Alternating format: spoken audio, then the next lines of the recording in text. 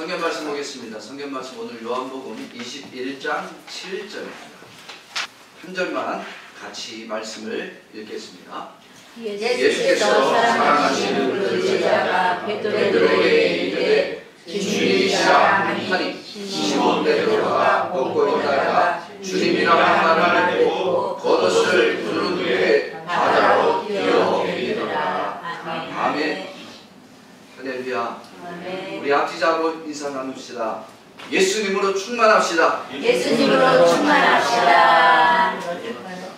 오늘도 예수님으로 충만한 우리 동네 새소마교회 성도님들 되기를 주의 이름으로 축원합니다. 아멘. 사람은 자기 속에 뭐가 담겨 있느냐가 굉장히 중요합니다. 내 속에 악함만 있으면 내 얼굴의 빛도 어두워요. 내 입술의 말이 늘 부정적인 얘기만 나옵니다. 그러나 내 안에 예수로 가득 차 있으면 어떤 어려움을 만날지라도 소망의 말을 합니다. 하나님의 길을 열어주실 것이다. 우리는 예수로 충만해야 됩니다. 2023년도가 모든 성도들이 예수로 충만하고 여러분들의 얼굴빛이 환하고 여러분들의 입술의 모든 말들이 축복의 말들이 되어지기를 주의 이름으로 축원합니다. 오늘 말씀 제목 따라서 합시다. 배에서 뛰어내리라. 배에서 뛰어내리라. 최근 한국의 그 유명 배우가 프로포폴이라는 마약성 약을 투여받았습니다. 그래서 마약 단속법에 걸렸어요. 그래서 너 마약을 왜 했냐? 그랬더니 이 친구가 뭐라 그러냐면 무서워서 그랬다. 뭐가 무서워? 뭐가 무서워서? 바늘이 무서워서. 바늘이 무서워서 마약을 통해서 잠이 들면 어떤 수술을 받든지 투약을 받아도 두려움이 사라진다는 거예요. 그랬더니 어저께 나온 거 보니 뉴스를 보니까 의사들이 바늘 때문에 프로포폴을 투여받았다는 마약성 약물인데 이것을 투여받았다는 거짓말이다. 말이 안 된다. 그러면 한두 번이면 끝났어야지. 한두 번이면. 그러니까 마약을 왜 의존하느냐? 자기에게 어떤 무서움이 찾아오는 거예요. 두려움이 있는 겁니다. 그러니까 어떤 회피의 도구로 마약을 사용하는 겁니다. 어떤 의학자가 조사를 해보니까 현대인들은 약물 의존성이 굉장히 강하답니다. 여러분들 우리 권사님들 젊으실 때에 수면제 드셨나요? 안 먹어봤는데. 수면제 별로 안 드셨죠? 젊었을 때 수면제가 생겼는데. 그렇죠. 저 어릴 때도 우리 아버지 어머니가 수면제를 먹는다는 얘기를 들어본 적이 없어요. 그런 약이 있다는 것도 몰랐어. 그런데 요즘 사람들 어때요? 수면제를 엄청 먹습니다. 지금 수면제가요 굉장히 잘 팔립니다. 너무 잘 팔려갖고 그냥 영원히 가는 사람도 있어. 너무 잘 팔려. 그래서 수면제도 1인당 몇 개씩 팔게 돼 있어요. 많이 혼자서 많이 못 먹어요. 왜? 영원히 잠들어 버리니까. 왜 그러냐면 현대는 불안과 두려움, 이 우울증에 사로잡히니까 잠을 못 자는 거예요. 예수를 믿어도 불안한 거예요. 두려움이 많은 거예요. 그러니까 약을 먹어야 잠을 잘 수 있어. 우리 어릴 때는 그렇지 않았어요, 여러분. 옛날에는 뭔 약이 필요해? 열심히 종일 새벽에 별 보고 나가서 저녁에 별 보고 들어오잖아요. 그러면 할 일이 뭐 있어요? 없어요. 잠밖에 잘 일이 없어. 하루 종일 피곤한 거예요. 근심과 두려움에 쌓여서 내일을 뭐 먹을까 이것보다 오늘 빨리 잠드는 게 가장 좋아요. 연구소를 가면 새벽 4시에 일어나야 됩니다. 4시에 일어나서 한 350명에 400명이 모여요. 목사님들 사모님들 전국에서 오시는데 일본에서 5명이 가요. 근데 이번에 가니까 4시 반에 일어나갖고 가까운 데 이번에 머물렀어요. 아주 5시 돼서 갔는데 우리 좌석에 이름을 써야 돼. 내 이름 다. 내가 어디 앉고 싶은지 다 써야 돼. 근데 5시에 갔는데 이미 중간 앞에는 다 찼어. 그래갖고 맨날 어디 갔느냐, 중간 이외 멀찍이 앉아요. 그러면 연구 수업을 하는데 안 들려요. 안 보여요. 목사님들 도대체 사모님들이 몇 시에 오는 거냐? 어떤 분은 3시에 보여요. 4시에도. 그러니까 5시 온 사람들은 자기가 원하는 자리에 못 앉아요. 아마 교회를 그렇게 하면 우리 교회들이 일찍 올까? 자기가 앉고 싶은 자리에 앉고 반드시 그 자리에 앉으세요. 그러면 모르겠어요. 목사님들이 새벽에 그렇게 열심히 해요. 사모님들이. 그리고 끝나면 7시입니다. 끝나고 저녁 먹고 들어가면 뭐 하기 바빠요? 자기 밥. 씻고 자기 밥. 왜? 또 새벽 그 다음날 4시에 또 일어나야 되니까. 뭐 불안하고 근심하고 잠이 안 온다 이거 걱정 없어요. 그냥 자기 바쁜 거예요. 하루가 피곤하니까요. 약이 뭔 소용이 있어? 자는 게 최고지. 근심과 두려움이 사로잡히면 약물을 의존하고 약물을 지나쳐 이제는 더 큰 범죄를 저지르게 됩니다. 주님을 향한 열심이 없으면 교회를 다녀도 염려와 근심이 떨어지지 않고 죄악에 사로잡혀서 늘 불안한 불쌍한 인생이 되어질 수밖에 없습니다. 오늘 우리는 지금 디베라 바다를 찾아간 예수님과 거기서 물고기를 잡고 있는 제자들의 모습을 보고 있습니다. 부끄럽다는 것은 어떤 의미냐면 양심이 있다는 겁니다. 우리가 텔레비에 범죄자들 보면 다 어떻게 해요? 모자 쓰고 마스크 쓰고 날씨도 더워도 두꺼운 옷으로 자기 몸을 다 가립니다. 왜 그래요? 당당해요? 부끄럽잖아요. 자기가 범죄한 일에 대해서 다 드러나니까 부끄러운 거예요. 자기 죄에 대해서 부끄러우니까 얼굴도 가리고 눈도 나올까 말까 하고 당연한 겁니다. 죄인은 그 죄가 드러나게 되면 부끄러워야 되는 것이 맞습니다.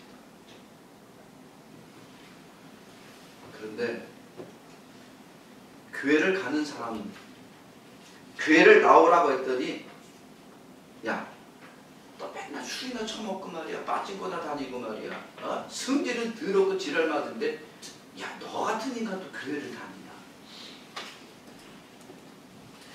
야, 어떻게 너 같은 인간이 야, 네가 다니면 그 교회 사람들 욕먹지 않냐? 차라리 너 교회 안 다니는 게 낫지 않아? 맨날 욕이나 짜질러대고 말이야. 사람들하고 취급하고 싸움이나 하고 맨날 깽판이나 부리는 인간이 뭔 교회를 다닌다고 말이야. 그러면 여러분 한번 물어봅시다. 천국은 누가 가요? 양심이 살아있는 사람이 가요? 성격이 좋은 사람이 가요? 천국은 누가 가야 돼요? 양심 좋으면 가야 되죠? 세상 사람들 얘기하면 성격 좋아야지 가는 것이 맞아요. 근데 천국은 양심이 살아있거나 성격이 좋아서 가는 성격으로 구원받는 게 아니란 겁니다. 예수님을 모르면 뭐라고 얘기냐? 교회는 성격 좋은 사람 가야 돼. 착한 사람이 가야 돼. 그럼 그걸로 구원받아? 양심이 구원해 줍니까? 성격이 구원해줘요? 예수님을 모르는 사람들이 하는 얘기입니다. 예수를 모르니까 양심이 좋아야 된다, 성격이 착해야 된다, 성품이 좋아야 된다. 여러분들 다 보세요. 자기를 살펴봐. 다른 사람 보지 말고. 내가 양심이 살아있나? 아니면 성격이 좋은가? 내가 나를 보더라도 나는 양심이 죽은 자야. 왜? 아니 나 같은 놈이 무슨 목사라고 말이야. 내가 성격이 좋아? 여러분들 제 성격 알잖아요. 착하게 보이지만 내 성격이 얼마나 더러워요. 아니 내 성격 가지고 목사질을 해도 되는 거야? 세상 사람들은 예수가 누군지 모르니까 양심적으로 살고 성품이 좋아야 구원받는다고 그러게. 오늘 제자들이 어때요? 제자들은 양심이 살아있는 자들입니까? 양심이 죽은 자들입니까? 양심이 살아있는 자들입니다. 왜? 자기의 부끄러움을 아니까.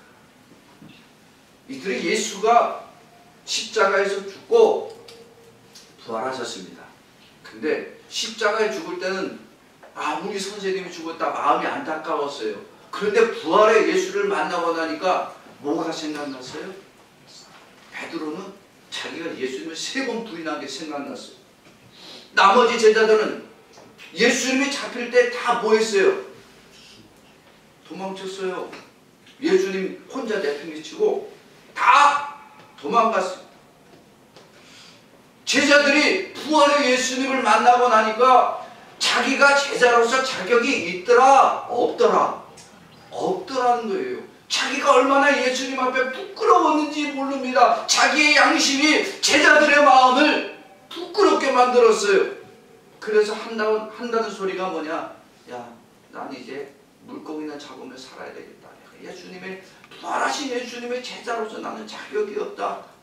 도대체 얼굴이 부끄럽고 예수님 볼 면목이 없다. 그러니까 나는 물고기나 잡으러 가자. 그랬더니 베드로가 앞장서더니 나머지 제자들도 다 따라 나선 거였습니다. 여러분, 양심과 도덕은 예수를 버리고 사명도 버리고 떠나게 됩니다. 하나님이 인간을 창조하실 때 인간을 부끄러움을 아는 존재로 만들었습니까? 부끄러움을 모르는 존재로 만들었습니까? 부끄러움 몰랐어요. 여러분, 아담과 하와가 처음부터 옷을 지어 입었어요? 빨가벗고 살았어요? 빨가벗고 살았어요. 하나님 앞에 부끄럽지 않았어요.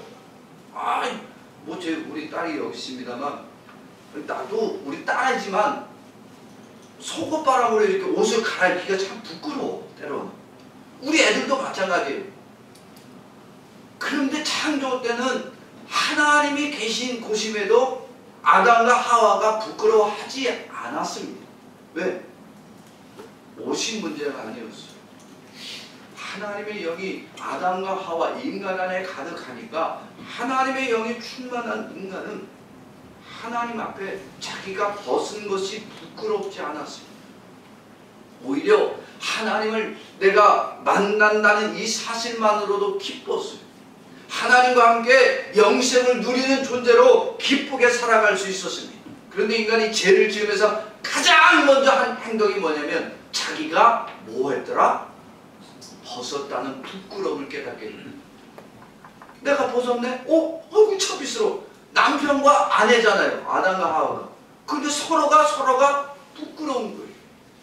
서로가 서로를 벌거벗었다는 것이 부끄러워서 나뭇잎을 가지고 자기의 몸을 열심히 가려봤지만 여전히 가리지 못했다는 겁니다. 여러분, 성경의 부끄러움이라는 말은 벌거벗었다라는 얘기는 다른 말로 얘기하면요, 그들이 옷을 벗었다라는 의미가 아니라 죄를 깨달았다는 의미입니다.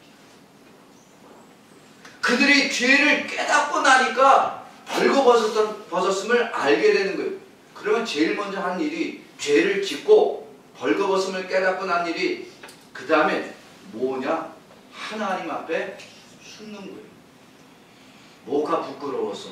벌거벗은 게 부끄러워요? 죄를 지은 게 부끄러운 거예요? 죄를 지은 게 부끄러운 거예요. 성경은 벌거벗은 것이 부끄럽다고 말씀하는데 그 이면의 말씀은 죄를 지었기 때문에 부끄러운 거예요. 마귀가 아담과 하와에게 찾아와서 네가 이걸 먹으면 하나님처럼 된다 이 말을 했어요. 하나님처럼. 죄를 알 수 있다. 그래서 유혹했어요. 그래서 선악과를 따먹고 나니까 뭐가 깨어나더라? 양심이 깨어나요. 원래 양심은 하나님이 주신 겁니다. 하나님을 알게 하기 위해서, 하나님을 경험하기 위해서. 그런데 마귀는 이 양심을 어디다 쓰냐? 죄를 깨닫는 데 쓰는 거예요. 그 죄의 부끄러움을 알게 했습니다. 그래서 인간이 죄를 짓고 그 죄의 부끄러움 때문에 열심히 무화과나무로 자기의 부끄러움을 다 가려봤지만 가릴 수 있더라 없더라? 못 가리는 거예요. 이 말은 무화과나무 잎이 상태가 나빴다는 얘기가 아니라 인간의 노력으로 가려봤자 인간의 죄를 부끄러움을 가릴 수 없었다라는 거예요.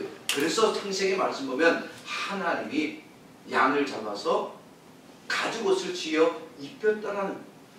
여러분 하나님은 가죽옷을 지어 제일 먼저 입힌 제단사야.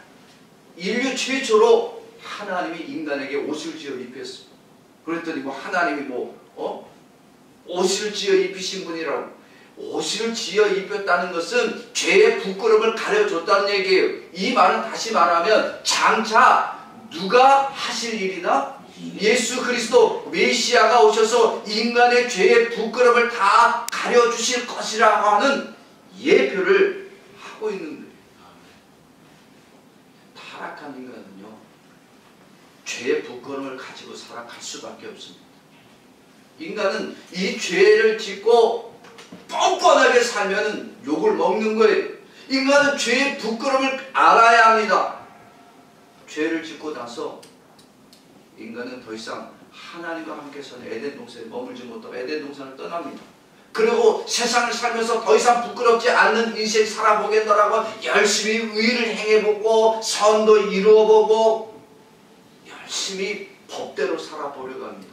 그러면 그럴수록 인간이 의로워지더라 더 큰 죄를 범하더라. 더 큰 죄를 범했습니다. 의롭게 살다가 아담과 하와가 낳은 가인이 동생 아벨을 때려 죽이는 거예요. 왜? 자기가 의롭게 살려고 하는데 자기 의가 인정받지 못하니까 동생을 때려 죽여서라도 자기가 의인이라고 인정받고 싶었던 겁니다. 인간은 죄를 짓고 난 이후엔 하나님에게로 돌아갈 수 없어요. 하나님 앞에 부끄러움을 해결할 수가 없습니다. 더욱 인간은 하나님을 떠날 수밖에 없는 죄인이 되었습니다. 그래서 모든 죄인은 자기의 이 더러움과 부끄러움을 어떻게든지 가려보기 위해서 불상 앞에 가서 절하고요. 산에 가서 절해서 108번 108배 열심히 하면서 자기를 고뇌를 놓아보겠다, 자기의 죄를 한번 덜어보겠다고 합니다. 인간은 죄의 부끄러움을 가질 능력이 없어요. 죄는 인간을 부끄럽게 할 뿐입니다. 여러분들도 이 자리에서 양심이 살아있으면 양심대로 살고 자기의 성품을 알면은 아무도 이 자리에 나올 수가 없는 거예요. 왜? 죄가 부끄러움을 알면 이 자리를 떠나야지. 하나님 앞에 나올 수 없지. 죄는 인간을 부끄럽게 할 뿐만 아니라 결국 하나님을 떠나게 만듭니다. 그런데 예수님이 찾아오셨습니다. 예수님이 이 죄의 부끄러움 속에 그냥 물고기나 잡고 살 인생들을 찾아오셨습니다. 제자들이 예수님을 만날 면목이 있더라 없더라? 만날 면목이 없어요. 제자로서 자격이 자기들은 없다는 것을 너무나 잘 압니다. 그래서 제자들은 예수님을 볼 수가 없었어요. 깜깜한 밤이 됐습니다. 예수님이 그곳에 여전히 계셨는데 예수님을 발견할 수가 없었어요. 지난날이 자기들의 죄악이 생각났고 그 죄 때문에 부끄러움을 감출 수가 없고 그 깜깜한 밤이 계속 유지되기를 원했습니다. 밤새도록 그물을 던진 것은 자기의 부끄러움을 어떻게든지 물고기를 잡으려고 하는 이 노력과 열심으로 잊어보려고 했어요. 그런데 열심히 노력했지만 자기들 손에 주어진 것 있더라 없더라. 밤새 아무것도 한 마리도 잡지 못했어. 자기들이 예수를 버리고 예수님을 떠나고 사명도 버렸고 교회도 다 떠났어. 물고기가 안 잡힐 때 그들의 마음속엔 무슨 마음이 드냐? 그럼 그렇지. 나 같은 놈이 뭐 내가 예수님을 모독하고 모욕하고 저주한 죄값을 받고 있는 거네. 에이, 이놈의 인생은 이러다 끝나야 되겠네. 물고기를 잡지 못할 때 자기에 대한 절망감이 너무나 깊었어. 그런데 예수님이 그들에게 나타나셔서 그물을 오른편에 던지라. 그랬더니 물고기가 갑자기 어떤 물고기가 막 생겼어. 밤새 한 마리도 못 잡았는데 말 한 마리 듣고 던진 그물 안에 그물이 찢어질 정도로 물고기가 많아지더라. 예수님은 제자들에게 물고기가 비었을 때도 예수님이 하신 일을 깨닫기를 원했지만 아무도 깨닫지 못해. 이제 물고기를 모아서 그 물고기가 많이 잡히게 할 때에 제자들이 그제서야 예수님을 깨닫습니다. 오늘 말씀 보면은 오늘 7절 한 절 말씀밖에 없는데 물고기가 없을 때는 예수님이 있었어요? 없었어요? 계셨어요. 그런데 예수님을 볼 수가 없었어요. 그런데 물고기가 많이 잡히고 나니까 이 물고기를 잡도록 만드신 분이 누구더라? 이건 예수님이 하신 일이다. 그래서 제자들이 물고기가 많이 잡히고 나서야 정신이 번쩍 났습니다. 그리고 그물을 던지라고 했던 분이 예수님이신 줄 알았어요. 그 중에서 제일 먼저 깨달은 사람이 누구냐? 요한이었습니다. 그 사랑하시는 제자는 요한인데 이 요한이 물고기가 잡히고 이건 주님이 하신 일이다. 그래서 주님이다! 예수님이다고 외쳤습니다. 물고기가 누구 때문에 잡힌 거다? 예수님 때문에 잡힌 거다. 우리에게 오른편에 던지라고 말씀하신 분이 예수님이다라고 얘기했습니다. 그런데 다른 제자들은 그 말을 듣고서 몸이 경직돼서 깜짝 놀라서 움직일 수가 없는데 베드로는 어떻게 행동했느냐? 갑자기 벗어놓았던 겉옷을 입어요. 그리고 그 배를 뛰어내려 바다로 뛰어듭니다. 베드로가 똑똑한 사람일까요? 미련한 사람일까요? 네? 미련한 사람이에요. 여러분, 배와 바다 중에 안전한 장소가 어디예요? 배입니다. 바다에서요, 더구나 육지와 한 100m 이상 되면요, 바다가 깊어요. 그리고 파도가 치는 새벽에는 수영을 할 수 있어요, 없어요? 못해요. 수영 잘하는 사람들이 바다 수영은 위험해서 안 하려고 합니다.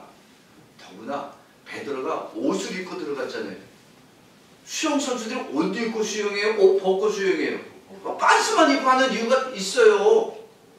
옷을 입으면 그 옷에 물이 젖어서 몸이 무거워집니다. 그래서 전진이 안 되는 거예요.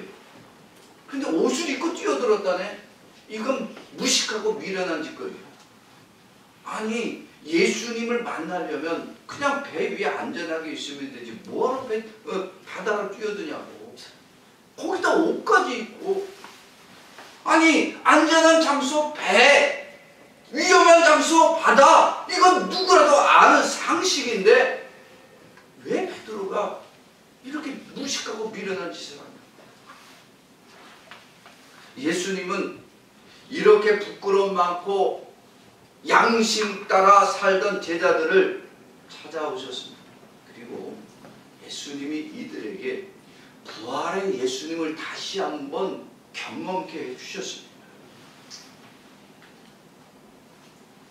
가만히 보면 오늘 예수님은 제자들의 그물에 물고기도 한 마리도 못 잡게 할 뿐만 아니라 많은 물고기도 잡게 하셨어요.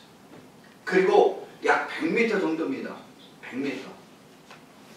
그 먼 거리를 예수님이 계신지 안 계신지 여러분들의 시각이 얼마나 좋은지 모르겠습니다만 그 100m 거리에 형체를 정확히 알아볼 수 있는 사람이 몇 명이나 있겠어요. 제자들이 눈으로 보고 아는 게 아닙니다. 예수님은 제자들이 지금 어떤 심정으로 물고기를 잡고 있는지를 정확히 알고 계십니다.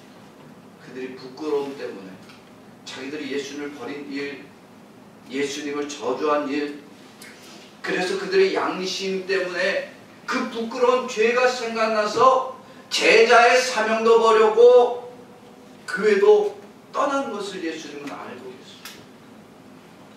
그렇게 예수님을 부정하고 예수님을 떠난 이 제자들의 죄를 예수님이 모르시는 분이 아닙니다.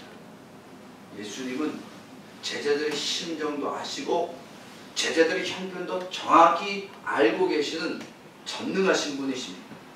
여러분들은 예수님을 어떤 분으로 알고 계십니까?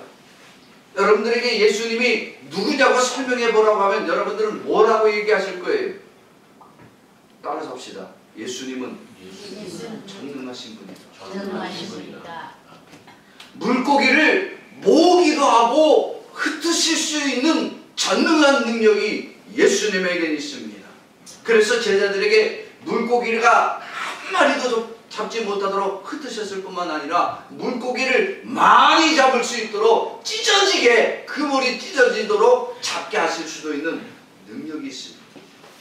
사도 요한이 100m 앞에 있는 예수님을 보고 말한 것이 아니에요.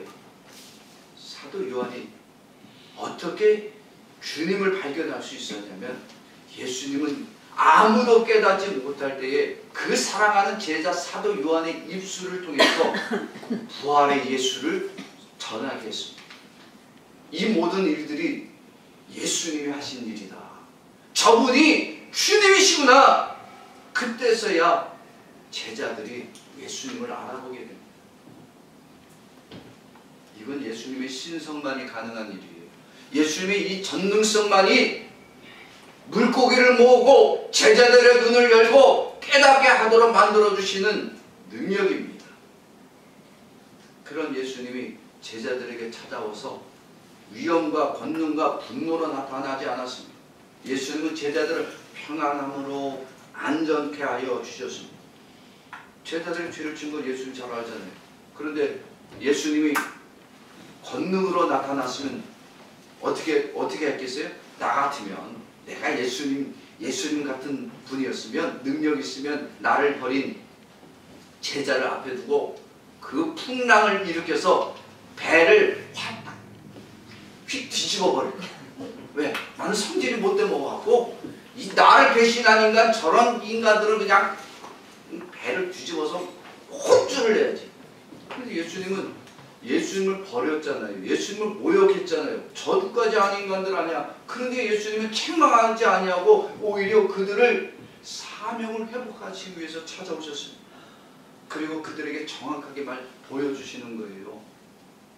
너희가 죄가 있어 죽어야 하고 너희가 죄의 부끄러움 속에 망해야 하는데 너희들의 죄를 누가 지었다?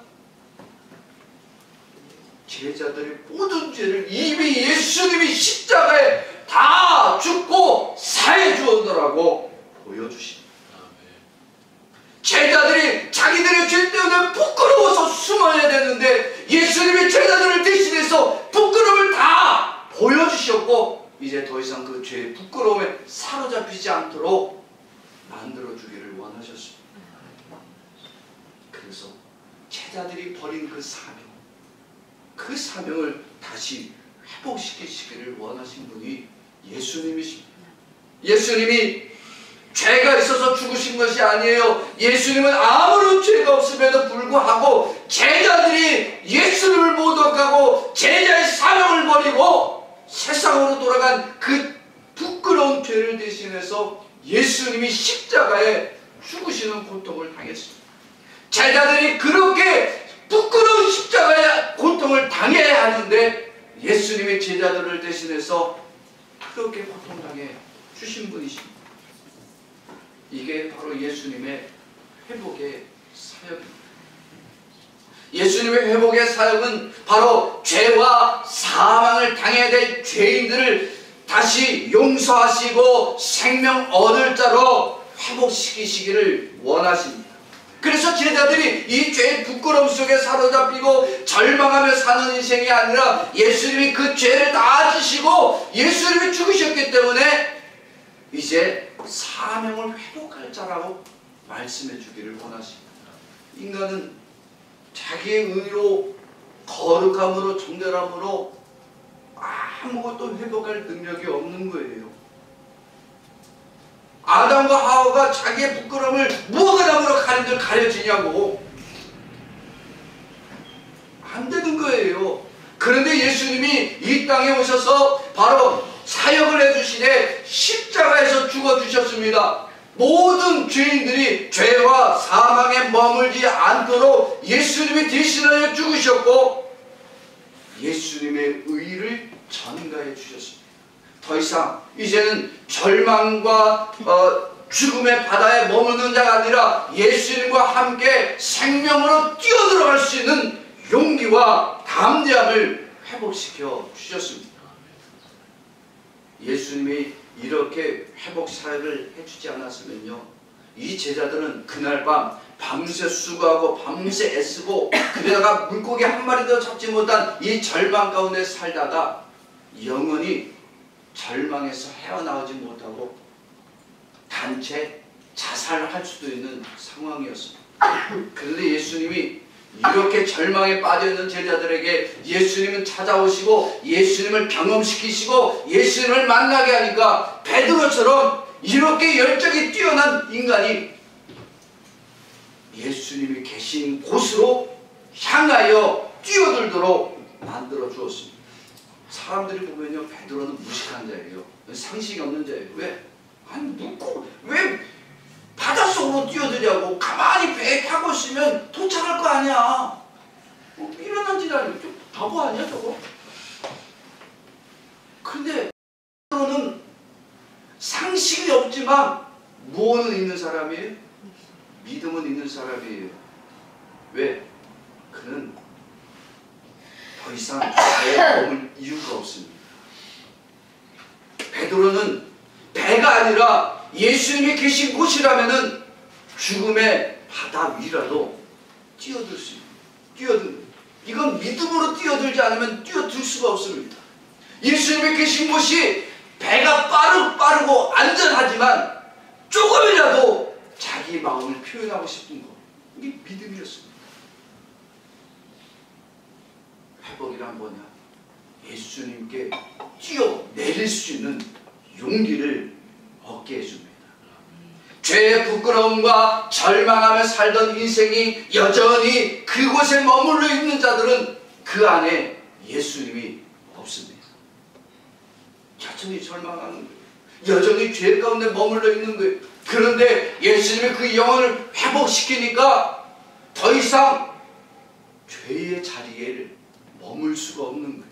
예수님이 믿음을 회복시키니까 죄의 자리를 당장이라도 박차고 떠나 예수님에게 담대히 달려갈 수 있는 자가 되어집니다. 만약 이렇게 예수님의 회복의 은혜가 없으면 아무리 부활의 예수를 만났고 아무리 교회 직분이 높고 교회 봉사와 헌신을 많이 했어도 회복의 은혜가 없으면 죄의 부끄러움을 만날 때 그 양심이 너 같은 인간이 교회를 나가면 뭐하다. 죄 져놓고 뭐가 뻔뻔스러워서 교회를 나가서 회개 기도하면 다 되냐? 예. 죄의 부끄러움과 양심은 우리로 하여금 하나님께 나아가지 못하게 합니다. 절망에 빠지게 하고 더 깊은 죄의 수렁으로 우리를 끌고 들어갈 뿐입니다.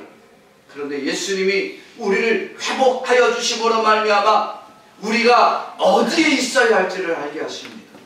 우리가 예수님이 우리의 믿음을 회복시키니까 죄의 부끄러운 자리에 남는다, 떠난다. 이제는 떠나는 거예요. 여러분들, 제자들이 탔던 이 배는요, 절망의 배입니다. 그 안에 소망이 없어요. 다시 말하면 그 안에는 누가 없는 거예요? 예수님이 없는 거예요. 예수님이 없는 것은 죄와 부끄러움의 자리요 절망의 자리입니다. 그래서 예수를 만날 때 베드로는 떠나는 거예요. 베드로는 뛰어든 겁니다. 예수님이 계신 곳으로 조금이라도 달려가고 싶어서 회복은 죄악을 떠나 예수님께로 나아가는 용기를 줍니다. 우리를 향하여 너 같은 인간이 교회를 다니면 되냐, 너가 교회를 다니니까 내가 그 교회를 다니기 싫지, 아무리 욕을 해도 나 같은 죄인도 예수님이 사랑하신다고 그러더라. 내가 양심이 있으면 교회를 못 나가지. 그런데 내 양심이 못 나가게 하는 것이 아니라 예수님의 사랑이 나를 회복시키니까 나는 그 사랑 때문에 예수님 앞에 나아가는 거야. 내가 성질이 좋기를 하냐, 내가 입술이 착하기를 하냐. 너도 알잖아. 그래, 나 같은 인간 교회 나가면 안 되는데 나 같은 인간도 예수님이 사랑하신다는데 내가 어떻게 안 나가냐.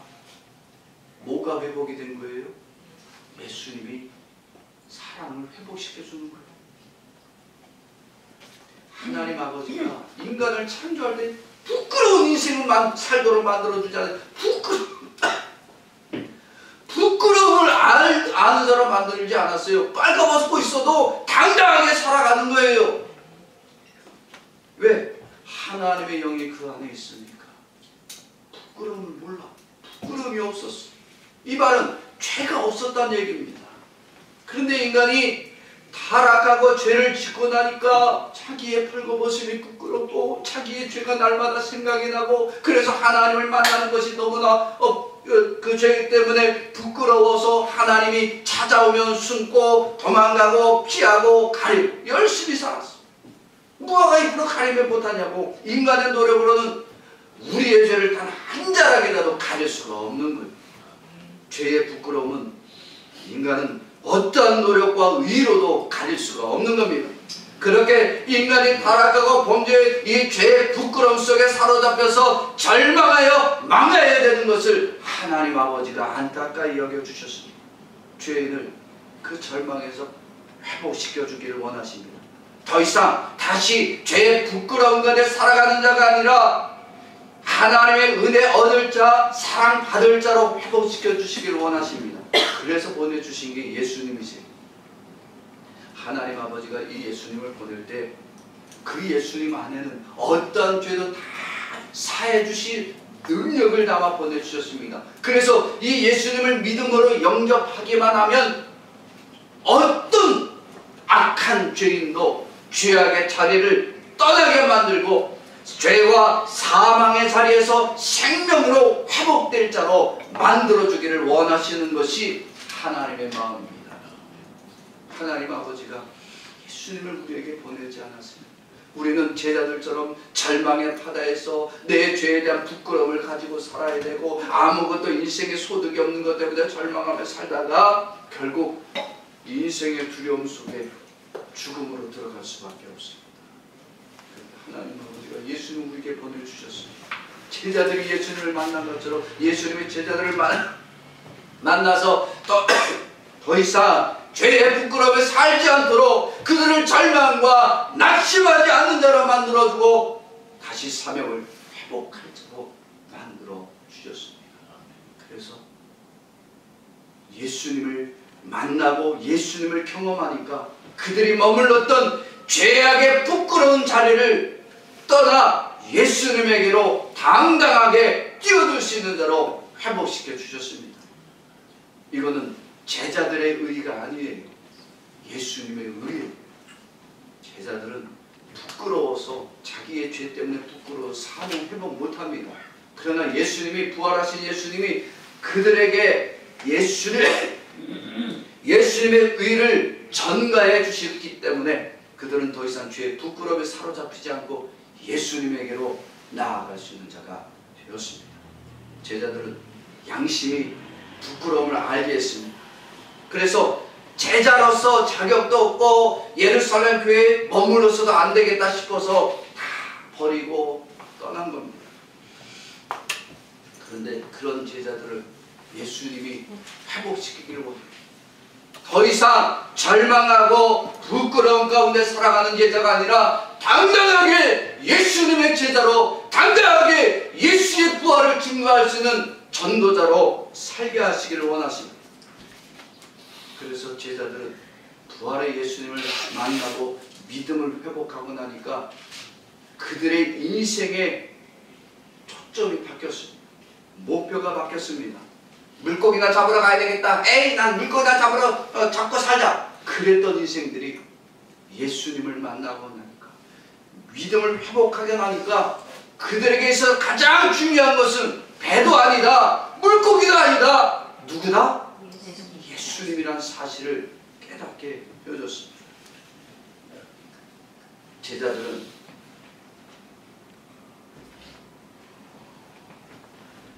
절망하며 살았어요. 물고기를 잡아도 절망이었습니다. 없어도 절망이 있고 있어도 절망이었습니다. 그런데 예수님의 계신 것을 보니까 그들은 자기들이 어디에 서 있는 거예요?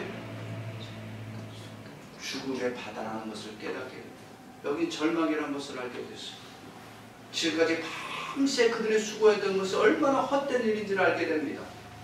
배, 이게 안전한 곳, 그들이 살만한 곳이 아니라는 거예요. 배는 예수님이 계시지 않는 거야. 그러니까 이 배에 더 머물 이유가 없는 거예요. 죄 짓고 나를 절망으로 만들고 내 양심을 깨웠던 이 배가 더 이상 예수님이 없는 것임을 알게 되니까 그 배를 떠나게 됩니다. 주저함없이 바다 위로 뛰어 예수님에게로 나아가게 됩니다. 배는 그래서 죄악의 장소를 말합니다. 절망의 장소에 소망이 없는 거예요. 이거는 어떻게 돼? 빨리 버려야 돼요. 거기서 돈이 나오고 거기서 권세가 나와도 누가 없으면, 예수님이 없으면 우리는 빨리 버려야 합니다. 제자들이 떠났어요. 제자들이 베드로가 제일 먼저 거기를 떠난 겁니다. 이랬을 때 제자들에게 예수님은 축복해 주셨어요. 더 이상 죄의 부끄러움 때문에 절망하며 사는 인생이 되지 않게 해주셨습니다. 예수님을 만나는 기쁨이 그 어느 것보다 크다는 사실을 경험케 해주시고 언제든지 생명의 예수님께로 뛰어들 수 있는 담대한 믿음을 회복시켜 주셨습니다.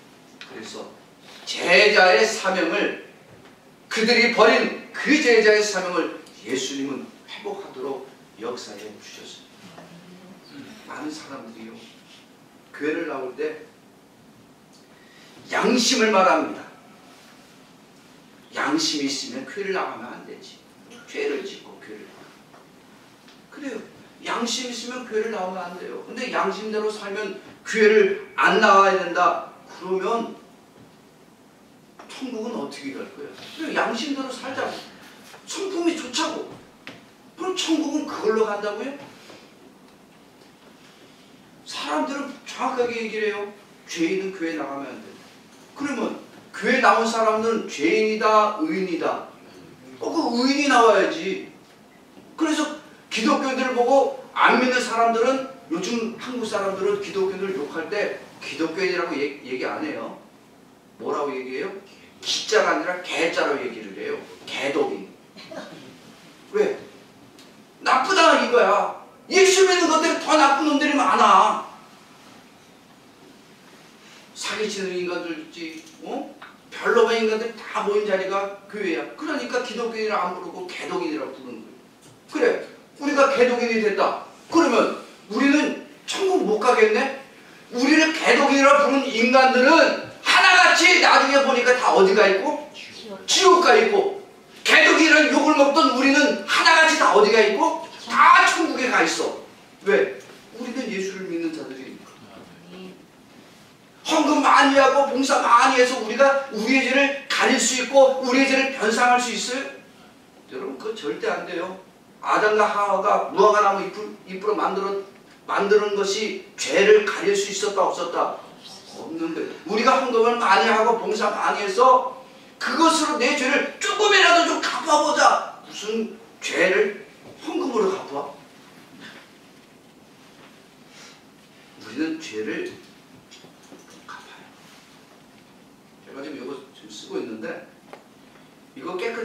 더러운가요? 깨끗하죠. 깨끗하잖아. 사모님이 이렇게 매주 빨아요. 빨아서 여기다 올려주는데 만약에 사모님이 안 빨고 더러운 걸레를 여기다 두면 내가 어떻게 하겠어? 이걸 못하겠어. 걸레인데. 그리고 막 바닥 닦은 거를 열심히 소독하고 빨래해갖고 삶았다 그래서 깨끗해졌다 그래서 다시 나한테 올리면 내가 그 걸레인 줄 알면 내가 쓸 수 있어요, 없어요? 그거 어떻게 써? 내가 걸레인 줄 뻔히 아는데. 아니 어떻게 하나님 제단 앞에 걸레를 올릴 수가 있어? 말이 안 되지. 걸레는 빨아도 걸레야. 그렇죠? 걸레는 빨아도 걸레예요. 아무리 소독하면 뭐해? 걸레는 걸레예요. 여러분 이 말은 잘 들어야 돼요.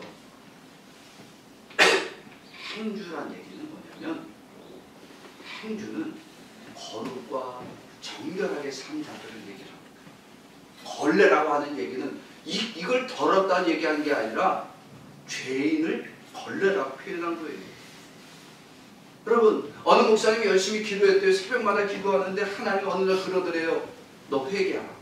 그래서 열심히 회개했대.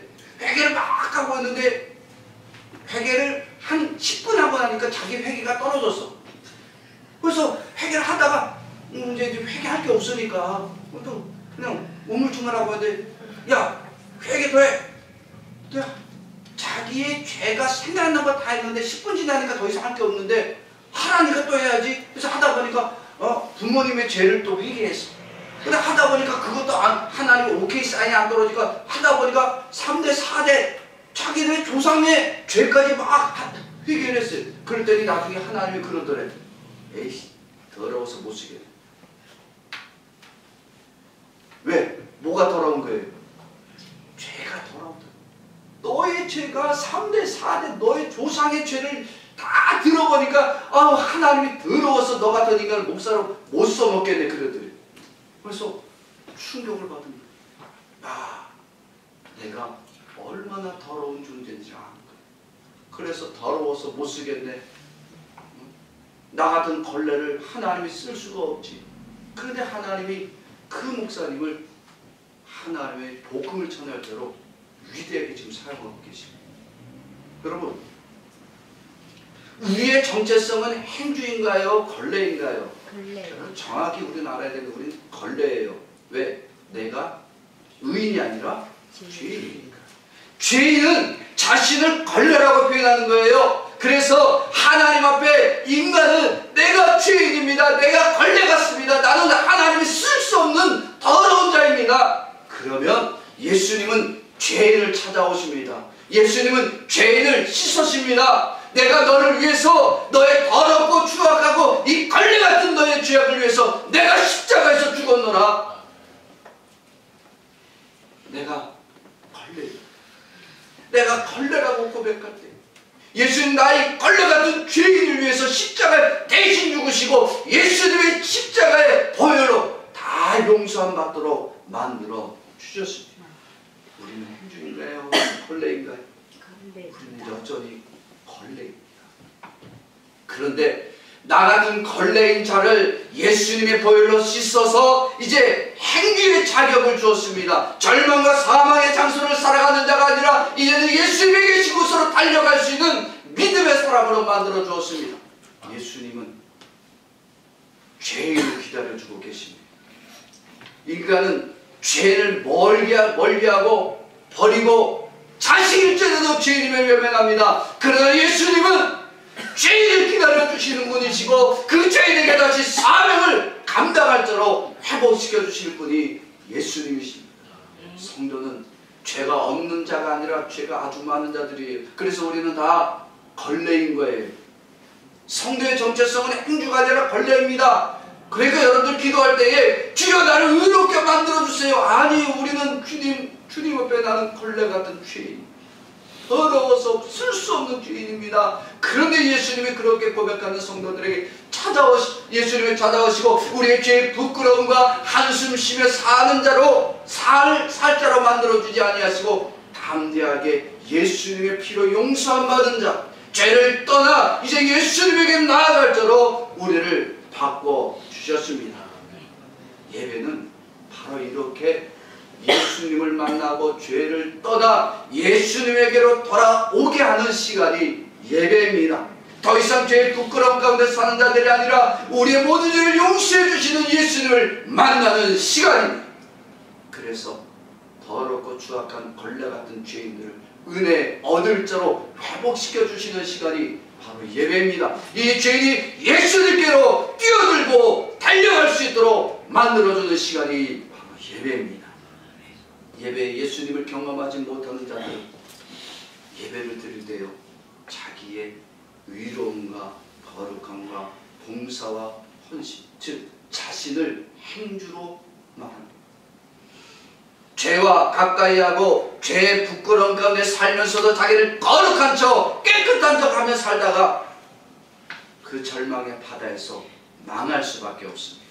그런데 예배의 예수님을 깊이 경험하는 자들은 자기가 예수님 앞에 얼마나 더러운 자인지, 얼마나 추악한 걸레 같은 죄인인지를 고백하게 되고 그 죄를 다 용서하시고 다시 은혜 얻을 자로 회복하여 주신 예수님으로 충만케 되어 그 예수님이 계신 곳이라면 언제든지 예수님에게로 뛰어들 수 있는 믿음을 얻게 되어집니다. 오늘 이 시간에 사랑하는 성도 여러분, 저와 함께 결단할 수 있기를 원합니다. 우리는 예수님의 회복이 없었다면 우리는 여전히 제자들처럼 죄와 사망에 대해서 머물다가 죽음으로 들어갈 수밖에 없습니다. 그런데 우리를 예수님이 만나주시고 예수님의 충만한 자로 만들어주셔서 우리를 더 이상 죄와 사망에 머무는 자가 아니라 그 배를 떠나 죄와 사망을 이기고 예수님께로 나아갈 자로 만들어주셨습니다. 더 이상 죄와 사망 때문에 눈물 짓고 마음 졸이며 살지 마십시오. 이제는 우리는 예수님으로 충만한 자가 되어 은혜 얻고 생명으로 회복시켜 주시는 예수님께로 죄의 자리를 박차고 떠나 예수님께로 나아갈 수 있어야 됩니다. 하나님 아버지는 사랑을 위해 성도를 이 죄의 부끄러움을 따라 살다가 사명도 버리고 또 그래서 멸망의 자리로 나아가는 것을 원치 않으십니다. 예수님이 주시는 이 회복으로 죄의 길을 떠나게 되고 예수님이 주신 사명을 당당히 감당할 자로 회복시켜 주기를 하나님 아버지는 원하십니다. 그래서 오늘 이 시간에 저와 여러분들이 믿음으로 결단해서 내 양심으로 내 좋은 성품으로 구원받기를 원하는 자들이 아니라 내 안에 예수님으로 충만한 자가 되어 걸레 같은 내 인생도 생명 얻고 구원 얻는 자로 만들어주신 예수님으로 충만하기를 원합니다라고 간절히 기도할 수 있기를 주의 이름으로 축원합니다. 저를 따라 삽시다. 인간의 양심으로는 죄악의 부끄러움을 알게 하고